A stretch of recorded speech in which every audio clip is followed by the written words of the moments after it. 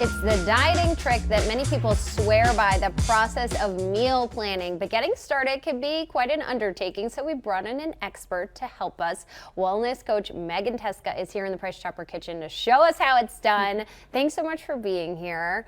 Why is meal planning and prepping so important? Well, not only can it save you time and it can save you money, but you can add more variety to your week, which then helps you add more healthier options, more nutrition to your plate as well. And then the big one is it reduces stress, which we know has a huge impact on our overall health. So that's a big one. Who doesn't want that? Exactly. So how do we get started? Well, the biggest thing that I teach people to do are the 3 Ps, which is plan, purchase, and prep. Okay, so, I like that. Yeah, so you want to start with your plan. Whether you take a scratch piece of paper, you put it in your iPhone, you want to have a plan of attack.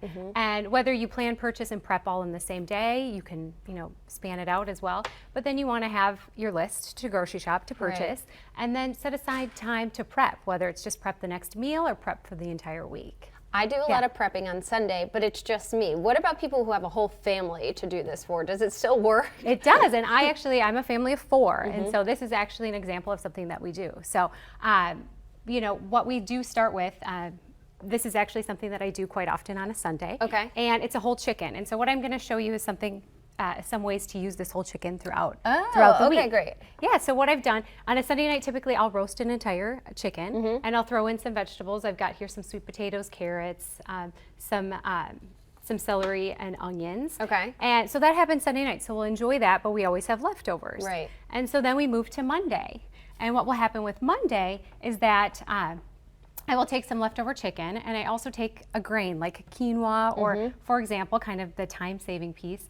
There are some great packets of pre-made, they come without oil, they come without seasoning, but pre-made like rice and grains. This one is actually a wild rice and lentil blend. And so I throw that into a skillet with some olive oil, some garlic, and then I top it off with some kale as well. And there's those chunks of chicken, the leftover chicken in there mixed in. Exactly. I love that. And so it's a 1 skillet meal. It literally takes me about 10 minutes to make. And so that's a great one. And then we move on to Wednesday. And so Wednesday, one thing that I do with the chicken as well is that I do use the bones of the chicken, and I make a bone broth with it. So you do that on Sunday? I typically do that on Monday because it is a 24-hour process in my crock pot. If you use an Instant Pot, it takes just a couple hours with that, but I make my own broth. Oh, wow. And so Wednesday, I'm really impressed by you. You can make your own, or you can buy your own as well. But so that I've used now, if I've got some leftover chicken, I'll throw that in a soup as well. I take 4 cups of my broth. I add 4 cups of the kale that I've got left over from the night before.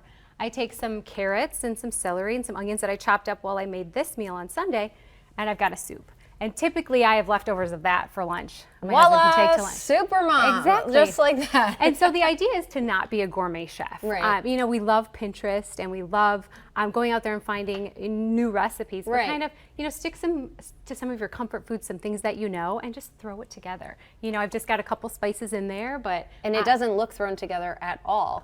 Well, thanks. I love it. Meghan, thank you so much for the great tips. We could all use a little more time in our lives and less stress.